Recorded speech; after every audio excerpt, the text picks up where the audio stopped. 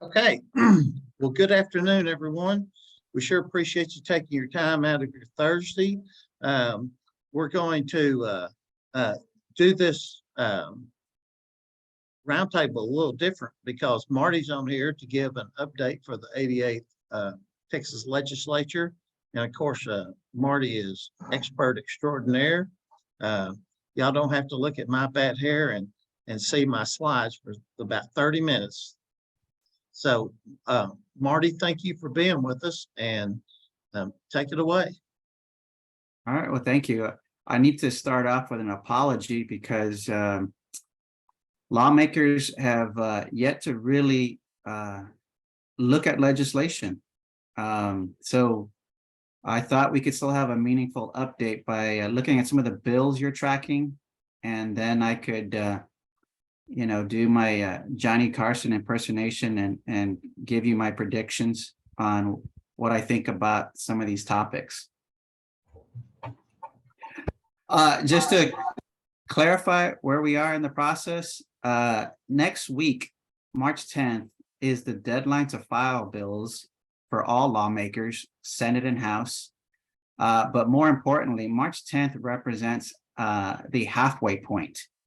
To borrow a football analogy, this is halftime for us on March 10th. Imagine if we were watching a football game and the two opposing teams had not started playing football until the second half. That is what we are faced with. And what that means really for legislation is there's going to be a ton more proposed legislation that does not make it through the process. Let's talk a little bit about the budget. We don't have any real numbers, figures, but the House in their budget says we're going to put more money into these categories: teacher compensation, TIA, the basic allotment.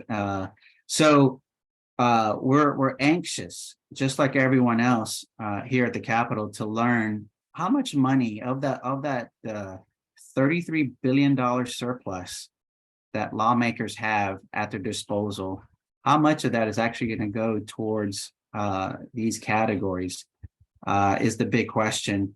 And we'll probably learn final figures closer to Easter.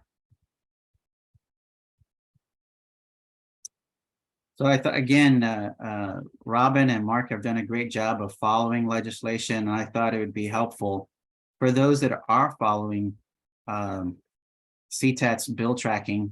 I thought it'd be fun to go through some of these bills and then give you my 2 cents on the legislation being proposed. So, for example, House Bill 535. We're looking at I actually like this bill because we're looking at career indicators that are in A through F and in domain 1. And the Commissioner of Education has sole authority over approving these indicators. And in this proposed legislation, Representative Bales says the state board would probably be a better body to approve these indicators. So I got to tell you, if you were to ask me what is assign a percentage of passage, I would say it's less than 50% because the Commissioner of Education, as we all know, has a strong grip on A through F. And this represents a change in A through F. But you never know. Hopefully we have enough momentum and maybe there is a group of lawmakers who believe the state board would be a better arbiter for these kind of career indicators. House Bill 651 by Representative Steve Allison has a great bill, in my opinion, that looks at military readiness and actually moving JROTC to the CTE umbrella. As we all know, they don't. This group of educators and in this field do not get state funding for what they do. And if military readiness is a high priority for lawmakers. And we can see this in the border initiative that the governor seems to tout every session. It would make sense that leadership would get behind this bill. As you can see in the notes, right at the bottom, it says that there's weights attached to the LOTC and JROTC. If I had my druthers, because this bill has a fiscal note, it's going to cost the state money. I would have assigned the lowest weight for the entire JROTC program, including LOTC, just to get the bill moving through the process. So right now, I mean, we do have a ton of money, right? The $33 billion. So any bill with a fiscal note really shouldn't struggle, except for the fact that lawmakers tend to be very fiscally conservative when it comes to funding these kinds of initiatives. Hospital 1725. This is a new member to the legislature, relatively new. I don't know that that he will be the champion on this, but there is going to be, I think, a big push from lawmakers to look at employer contributions to help retired teachers come back to work. And so it is a good effort in this area. I don't know that the governor will sign his bill, but one thing to note, which we haven't seen yet, is a teacher bill of rights bill. And it's going to be an omnibus bill that looks at a bunch of recruitment and retention initiatives to get teachers to stay in the classroom or come to the classroom. So I would suspect that a provision related to rehire, retire is going to be part of that omnibus bill. Here is an oldie but a goodie, House Bill 1812. We have seen this legislation from Representative Theory for several sessions now, and it is optional if you want to use your direct cost allocation to reimburse businesses for providing internships. You know, having spoken with Robin numerous times on this bill, we would prefer that there'd be some other source of incentive for businesses to offer internships, maybe a franchise tax, as opposed to your own CTE funds.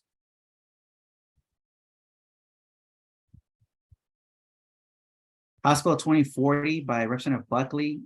Now, this has a high chance of passage out of the committee. Representative Buckley, who is from the Killeen area, is the new chairman on the House Committee on Public Education. So this bill will get a hearing for sure.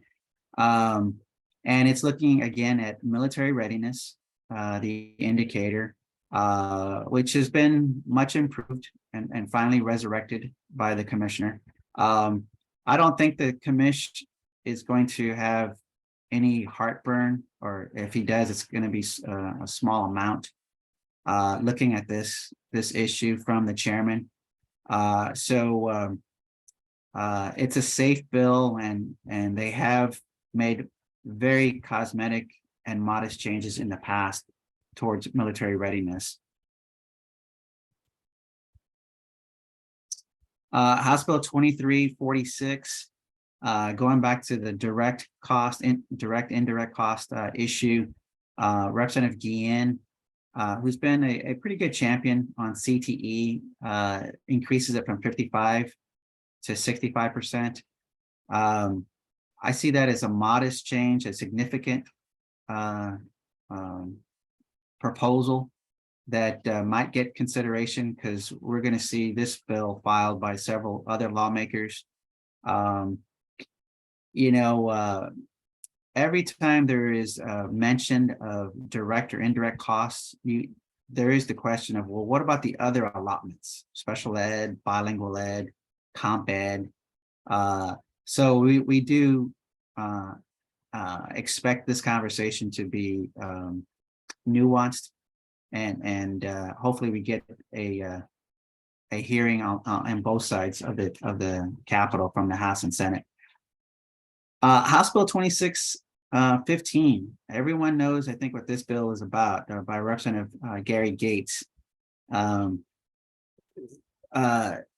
We've looked at this bill from several angles, trying to give deference to the representative, but it is hard to get past the references to voc ed terms we have long since abandoned, and he wants to revive again, and he still seems resistant to modernizing the terminology in his bill. At the end of the day, it is still optional if a district wants to engage in this type of program. This one's going to be interesting because he has managed to secure about 100 signatures from the last time, from 100 different members, saying this is an important bill. And he has that same level of support on the Senate side. So the clock is not his friend at this point in time. We're at the halfway point, and there are about 5 big issues that are ahead of this kind of legislation, from teacher compensation, school safety, vouchers. Let's not forget vouchers, and many others, virtual ed. So if he gets a hearing, it'll probably be in April, but the clock will be ticking very loudly against this bill. Again, this is a copy, a duplicate of a previous bill from Representative Brian Guillen, House Bill 2840, by a freshman. Senate Bill 88 is by Senator Nathan Johnson, which is a bill that I think we're going to see multiple times. Any legislation that looks at the basic allotment, we're all hopeful that it will jump, but I don't know that it'll jump $900, because that's going to be a huge cost, a recurring cost for the legislature. Senate Bill 112. Mental health is now occupying the stage along with school safety, but this is going to be it looks like it's going to crowd the curriculum in high school. Don't know that this one's going to get past TASB. Senate Bill 425 by Senator Paxton. Speaking of TASB and TASA and umbrella organizations that use local dollars to pay dues, I expect this bill to come out of the Senate, because the Senate is a very conservative body, and they really, lawmakers on the Senate side chafe when there is, huge lobby efforts by local citizens and those from the public ed community. But I think this bill is going to struggle in the House. It's a signal of how conservative the Senate has become. Senate Bill 697 is the Senate version of House Bill 1812. Now, Representative Theory has, strengthened her chances by having a Senate companion, but again, the issue has to be raised. Why does the private sector have to get reimbursed with a school district's budget, especially a career tech budget? Senate Bill 789. This is a bill we wrote, is really a placeholder for some of the CCMR issues that have percolated to the top of the CTAT legislative agenda. This looks at establishing PTEC as a standalone indicator and A through F. P-TECH is it's highly regarded in the Senate. So we saw this as a vehicle for some changes for CTE being included in the distinction category, the post-secondary readiness distinction category, and domain 1. Senate Bill 992. There's a lot of talk about a rural P-TECH or an opportunity for rural school districts to participate in this area. So this is a version of that. And I don't know that this will resonate just because it's a brand new idea. And the commission has really stated his commitment behind P-TECH. Senate Bill 1087, this reflects one of the CTAT's highest priorities, which is the reimbursement for all certification exams that have been earned by a student. As you know, there's a one student, one exam limit. And then we threw in a subsidy for a teacher earning the CTE exam. Senator Schwartner, who is busy with health and human legislation, still cares about CTE and wanted to do something in this area. And so we're grateful that he decided to file this bill on behalf of the association. And that's it, Robin. I mean, like I said at the top, we haven't really started deliberating. We haven't rolled up our sleeves on any piece of legislation. So it's a bit, that's why my presentation is so brief.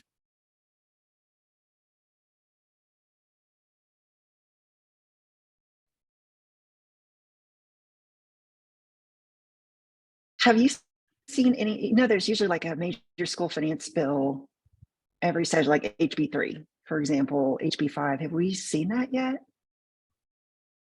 So I asked both the Senate and the House if there is any effort afoot to bring forth school finance legislation. And so far, both sides, both chambers have said, no, we're not working on a cleanup to House Bill 3 or anything related or involved that we're kind of used to seeing almost every session.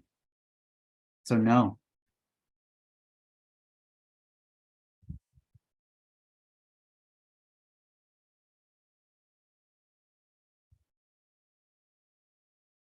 I don't know if I should stop sharing so that if it's a visual cue for folks to ask me questions, or if I stop sharing, then now we're just looking at each other.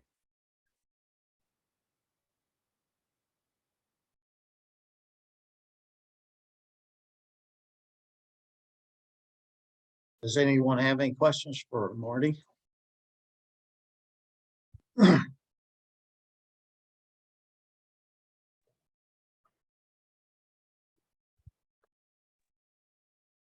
Well, that's a great presentation, Marty, when you answer every question. I'm speechless. I mean, it's I wish all Zooms were like this, where I provide the gospel and everyone's just writing it down, and now we're done. Can I ask one? And you might have, I had to get out a couple minutes late coming back from our C10 auction. Have they already posted the ones that we are hearing that are coming about the curriculum and the statewide curriculum? We talking about bills, Lisa? Yes. Yes.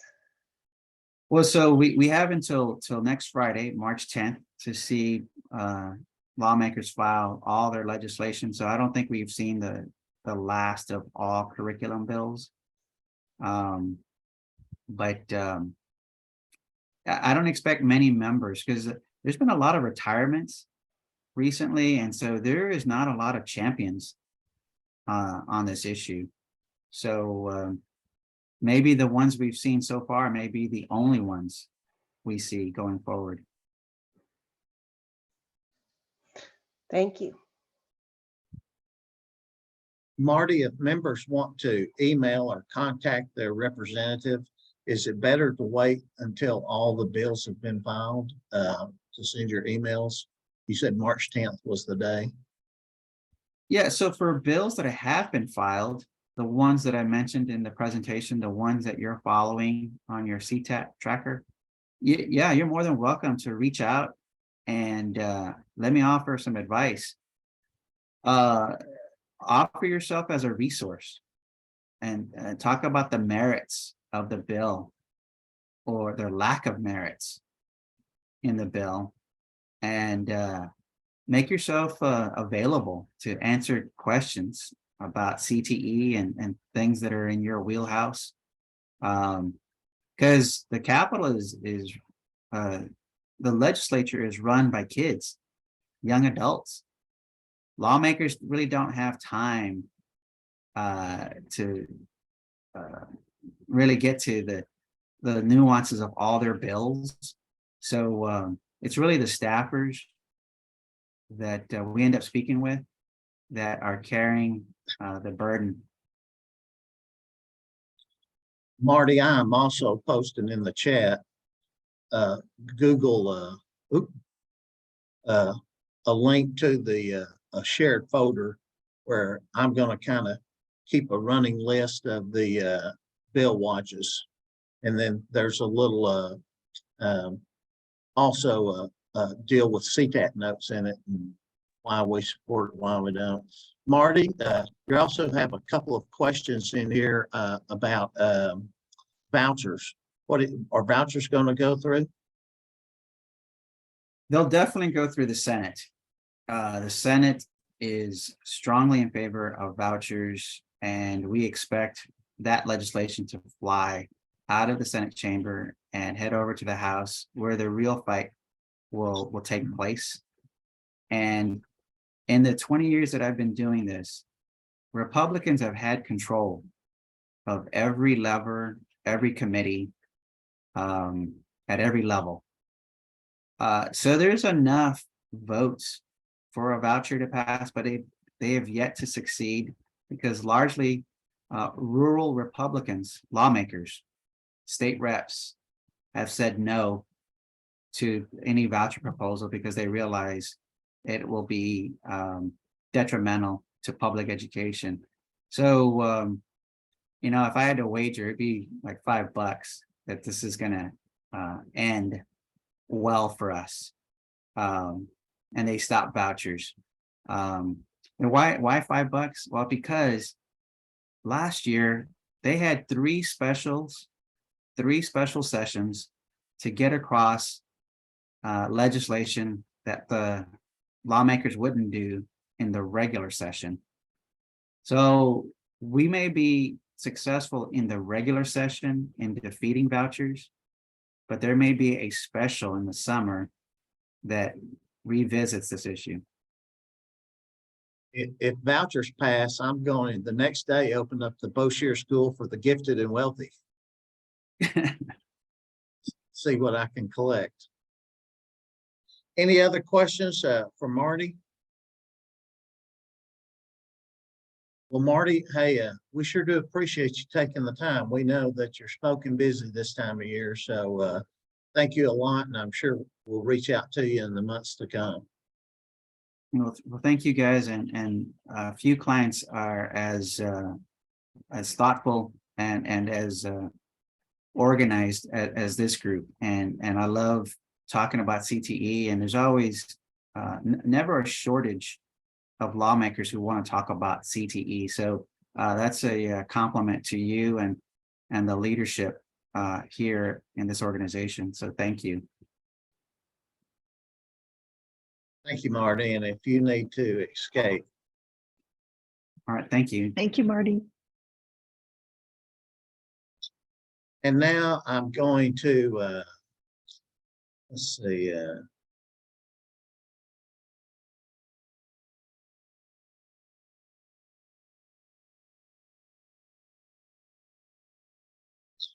No, that's not it.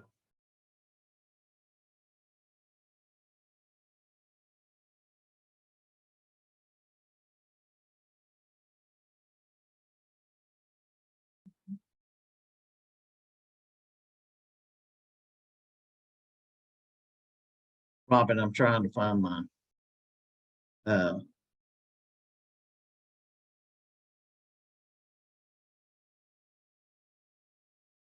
that's not it either.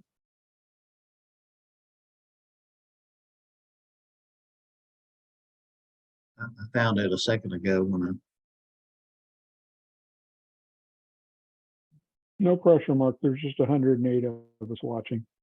well, y'all get to watch my ineptus at Zoom. I'll tell you that what's really cool about that, the link that Mark shared in the chat is, so on the CTAT website, we've got our bill watch list, right? So that's like our formal outward facing to all the external stakeholders of what we're watching. But the really cool thing about the Google document that Mark created and shared is actually, he's putting talking points there. If anybody, feels compelled to call their lawmaker, it's a great reference. Not that you need the help, but it's awesome.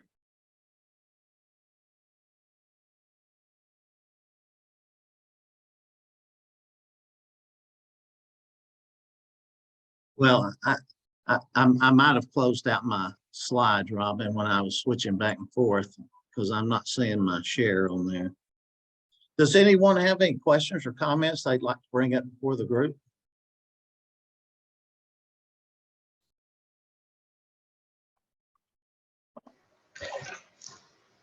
I got some feedback yesterday, Mark, from TEA.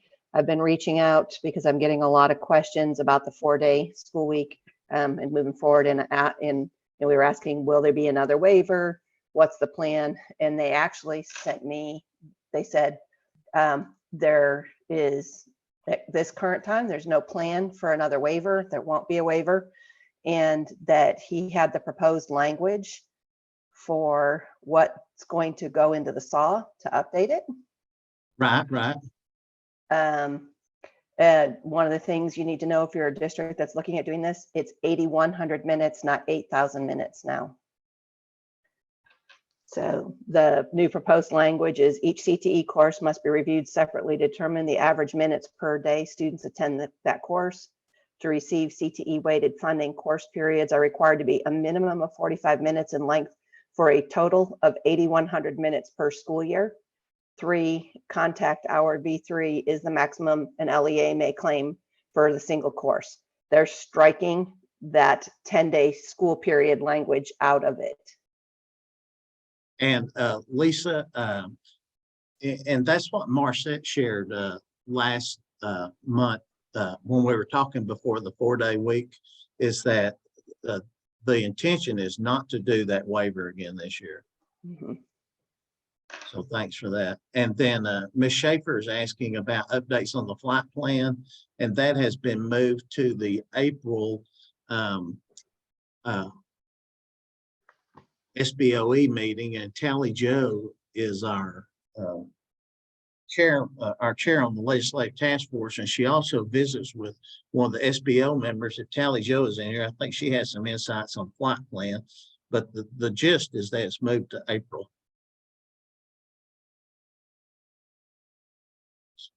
It looks like she may have stepped out a second. Tally Joe, when you come back on, if you don't mind sharing some of that, and then we'll hit.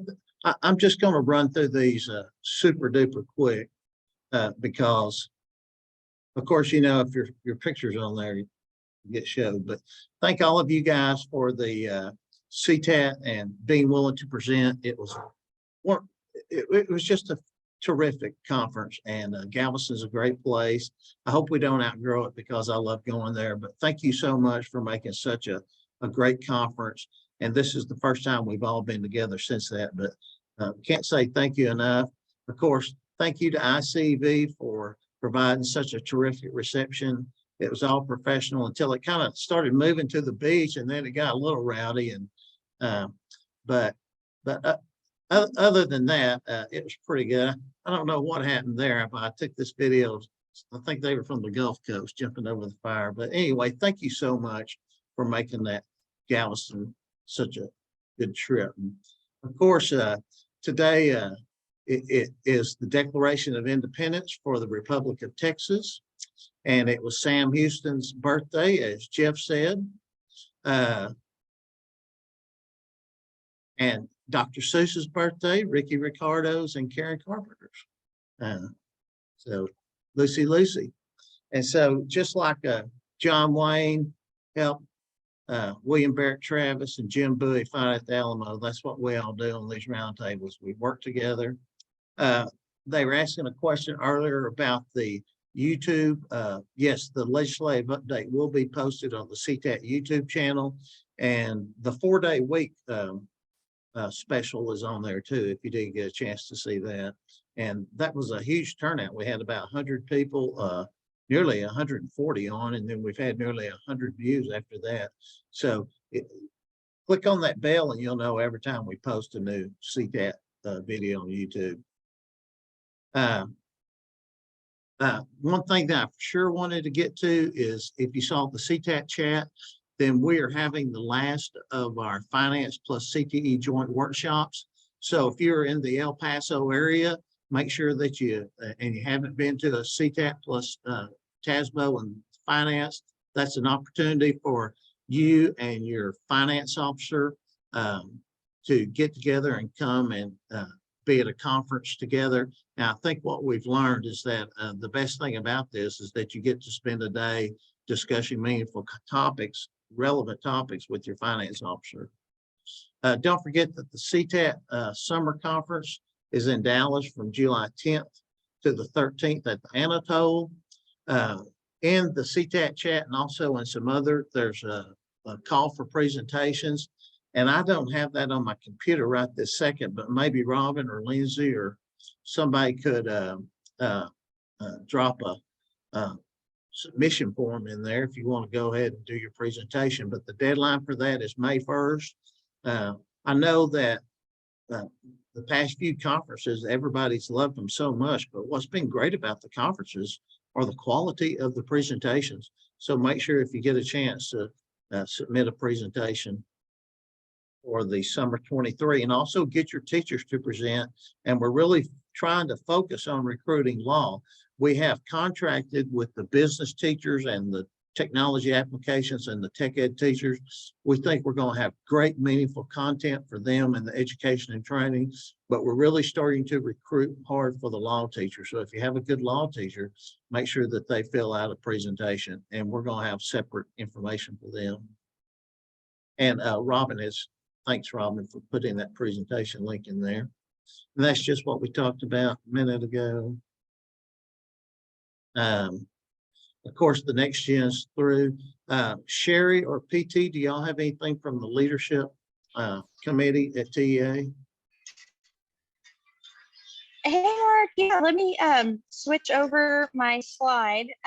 So we met last week, and a lot of what you saw come out in that CTE News Blast last week was what we talked about. So we talked about IBCs and program of study proposals for accountability and just what that system looks like, all of those things being proposed as pushback 1 year, with level 2 classes not being impactful until next year's graduating class. They also talked about the program of study refresh and doing the listening tours throughout the spring. So there's only a handful, I think it's 5 or 6 listening tours that they're actually going to do at ESC centers.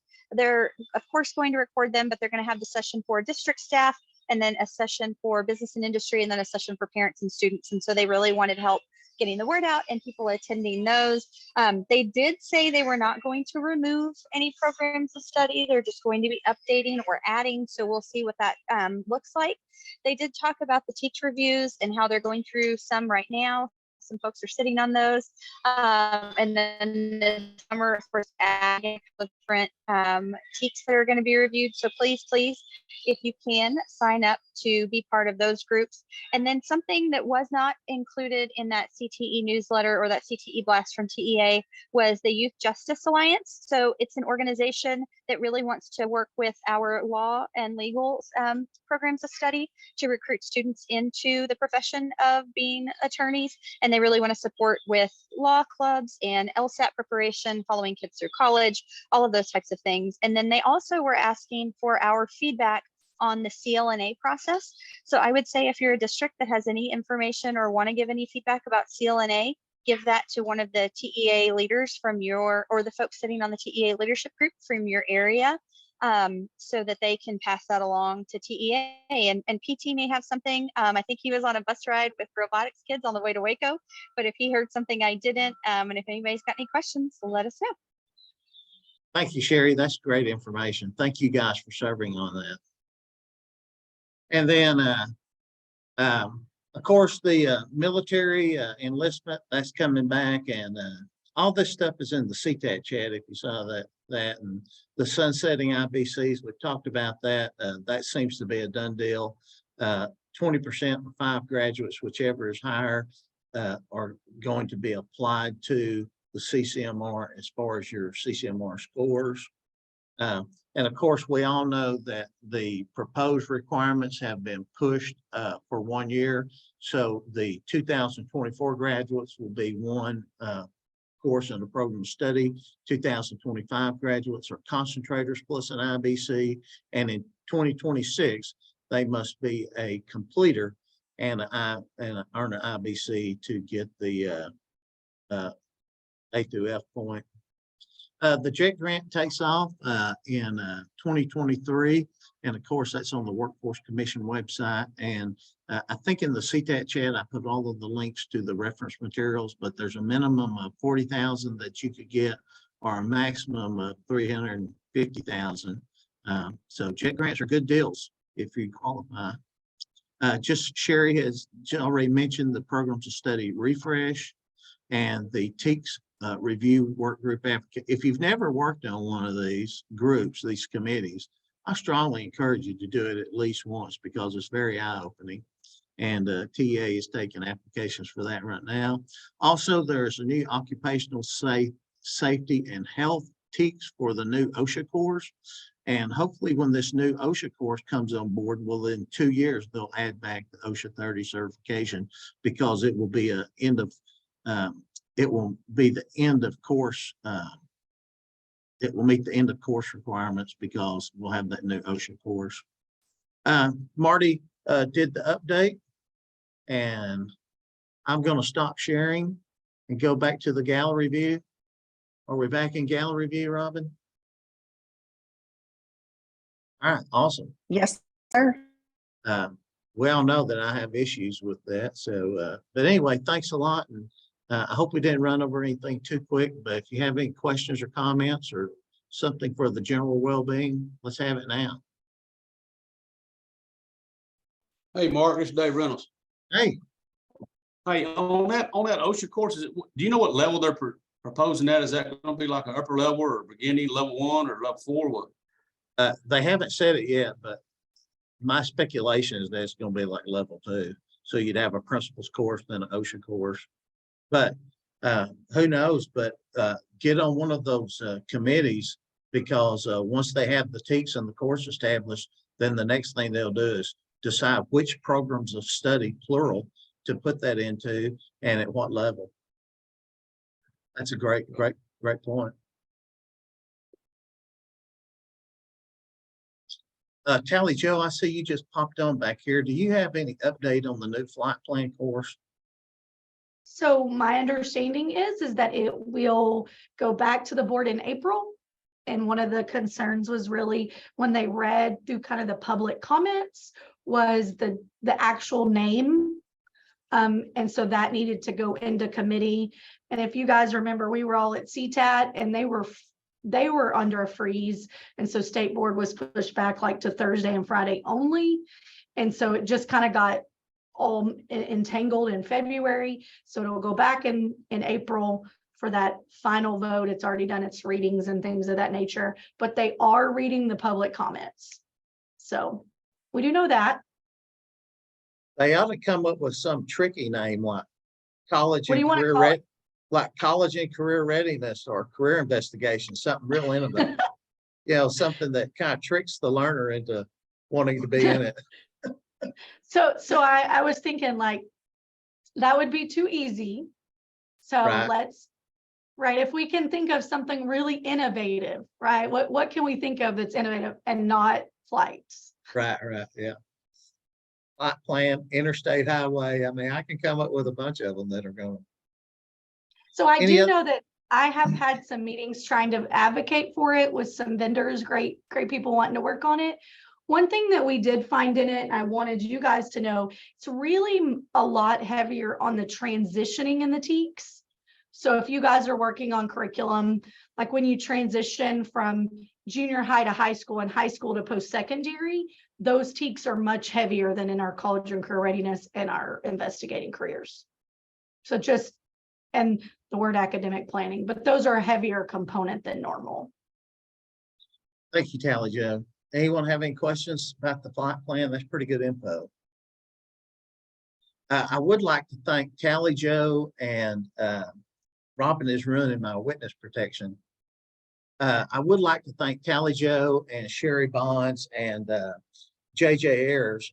They traveled down to the Valley to do some teacher training at a district down there, and it was incredible training. I talked to the director this morning. She called and she was just real pleased. And so thank you guys so much for being a part of that professional development team. And if any of you have any professional development needs, what we do is we get the topics that you need, and we put together who we think are experts in those fields, and we try to bring somebody different from the region so you get some new type. So if you need any professional development, we can certainly come to your district to see that. Sherry Bonds was from there, so we had to take Sherry, because if we hadn't, we wouldn't have known where to eat or how to get back to the airport. So Sherry, thank you so much for being the tour guide there. Thanks for letting me go, Mark. I appreciate it. And Madam Morris is very tame in the afternoon, Davis, in case you were wondering. So what other questions or comments? I will bring this one up.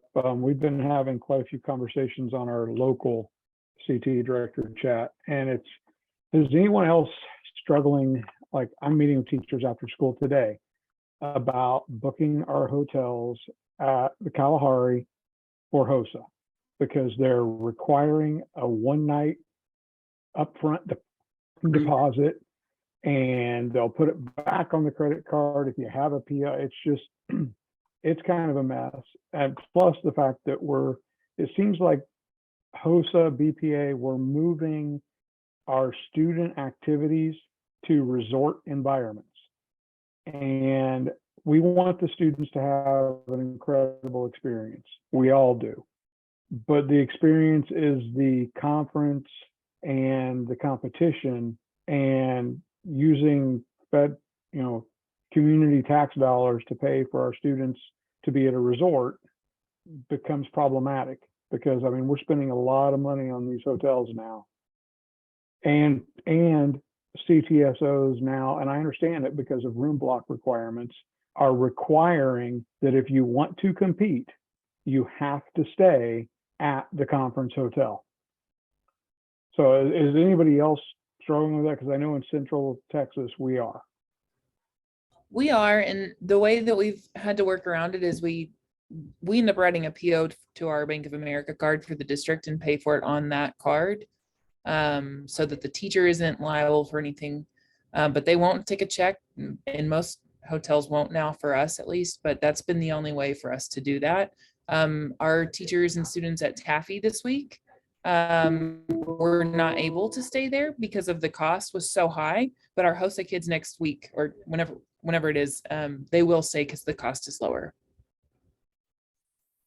And Ashley, would you just clarify what you did? You did a purchase order to I don't know the how you guys district. are doing it. Yeah, we have a district credit district card, a card. Bank of Yeah. America card. So we just do a PO for the Bank of America card so that can be used for the hotel. And so we just work with the CFO to do that. I don't know if y'all's district has that, but that's what we're doing. And it keeps it from the teacher having to put something on their card as well.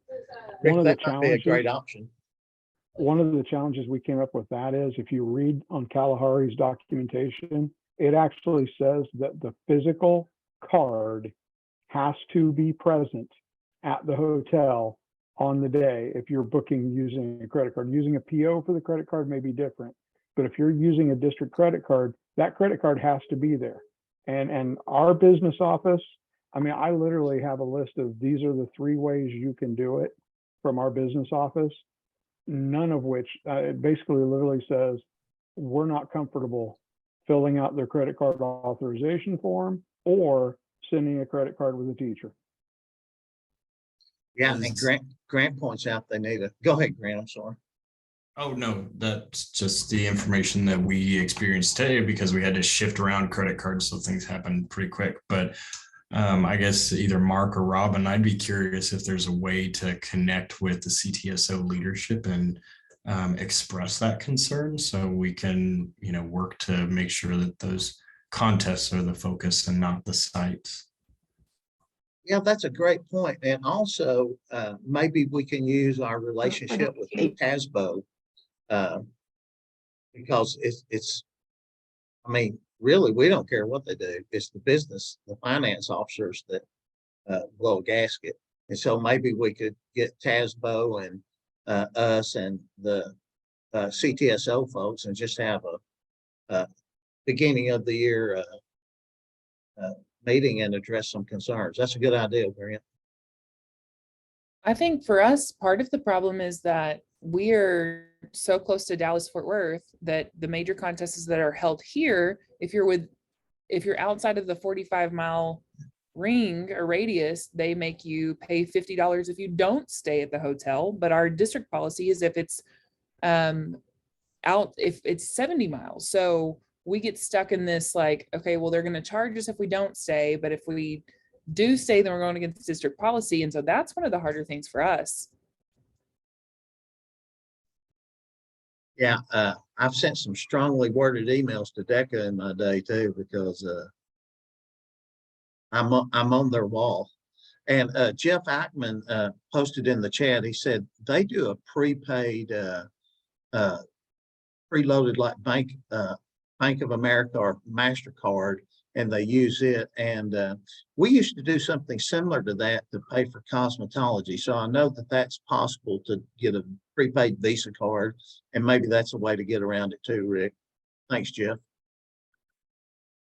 So in our district, we so graciously get this wonderful travel credit card that I had to sign over my firstborn for.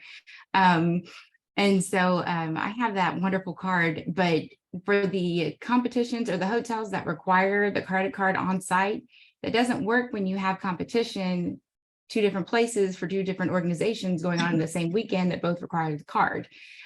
So one, our district is looking at like a little debit card that they can reload. So every time that when they go to competition, they're not carrying wads of money around for money allotment for their meals.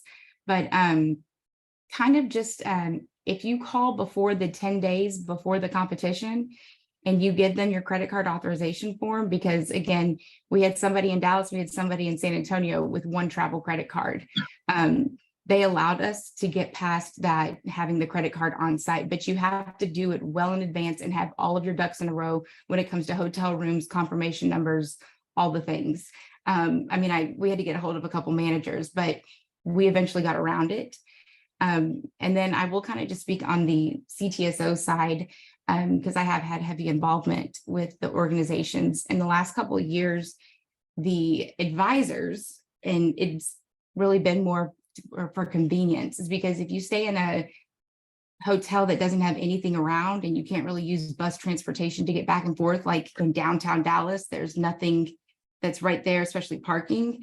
That's why those resorts have been utilized in the past, because everything is conveniently there on site.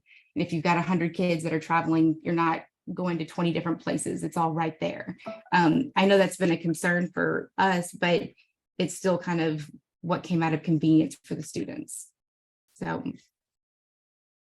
Thanks, Brooke. And yeah, I can see how they would be convenient, but and Ms. Rittenhauer posted in the chat, she was talking about some districts only use the GSA rates.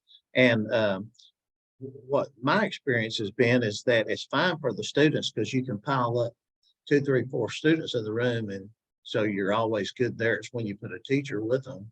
And but we did learn from our TASBO friends in our finance plus CTE workshops is that you can't use PIC 22 money to go over the GSA rates, but you can use local district money just as long as you don't code it to Perkins or special allotment.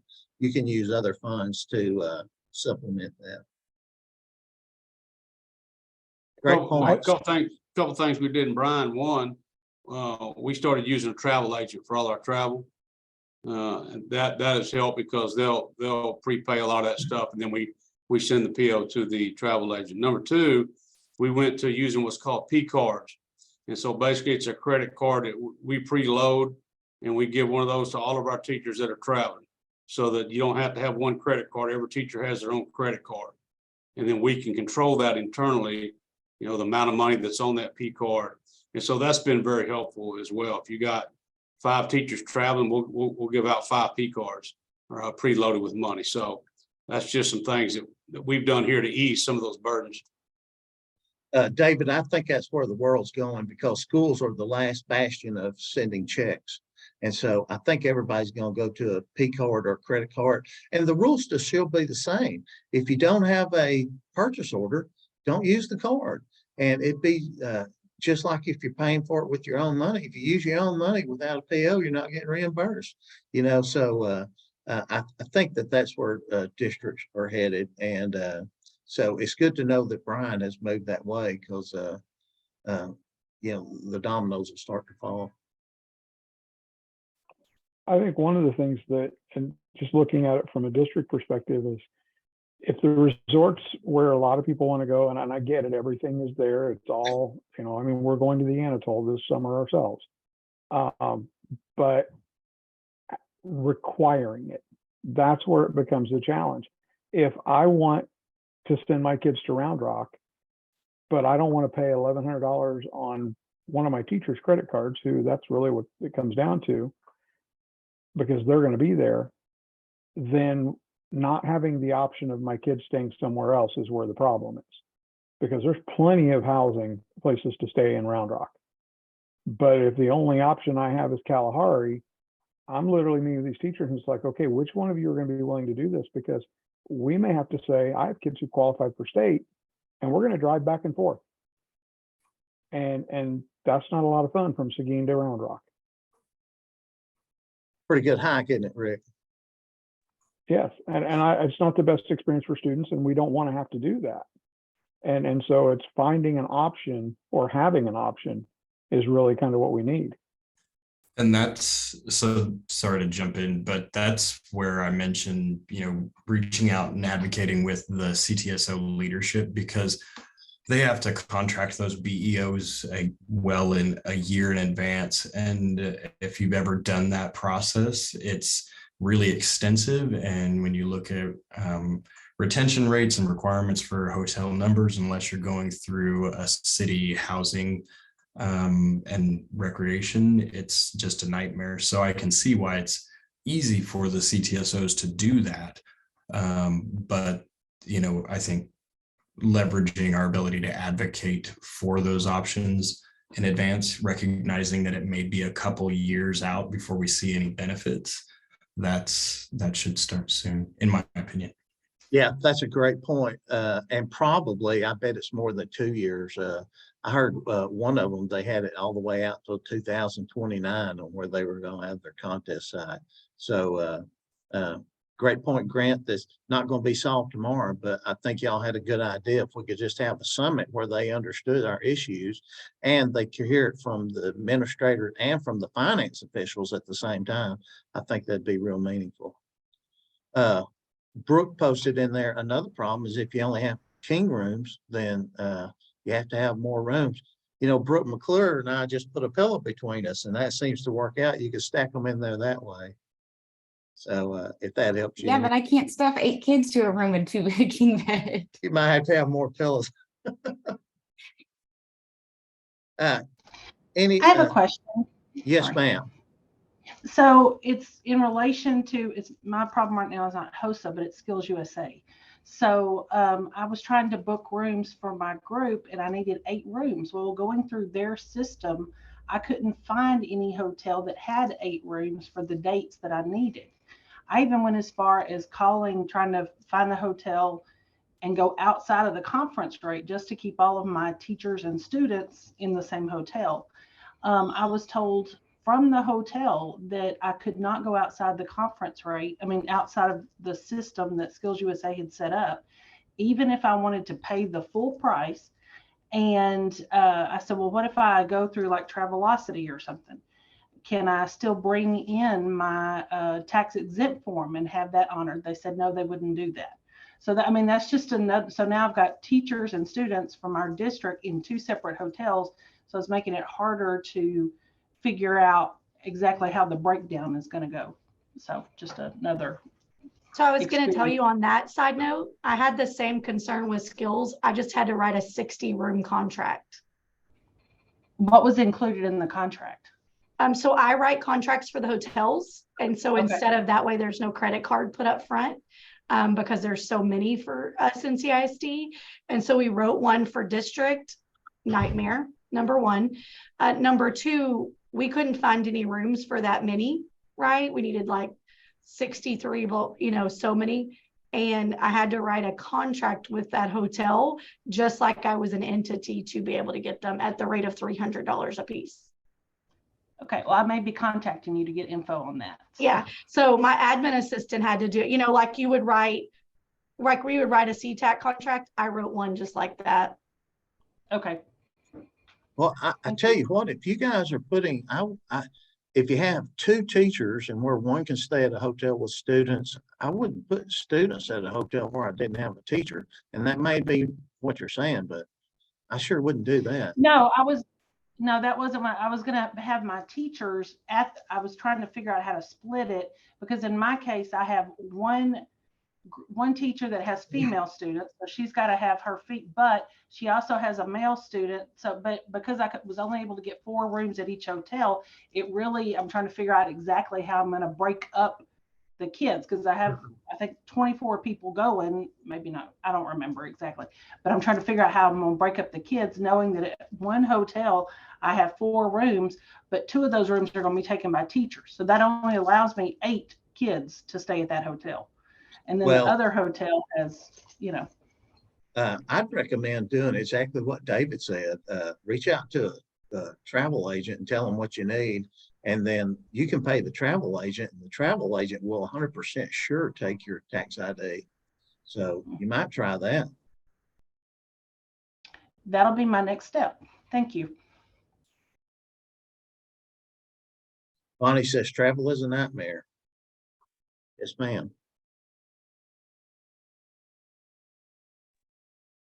Mark, I have another question, but I was going to wait till we're not recording anymore because I think I'm doing something wrong. Okay, it's 3:29. Does anyone have a question that they want recorded? Well, again, thank you so much for making the conference so meaningful, and I really mean that. It's your presentations and your involvement, and the presentations to me just get better every year. So thank you so much, and thank you for being here and giving time out of your first Thursday. Robin, do you have anything before we hit the stop recording? Thank you. All right, thank you guys. You can stay here.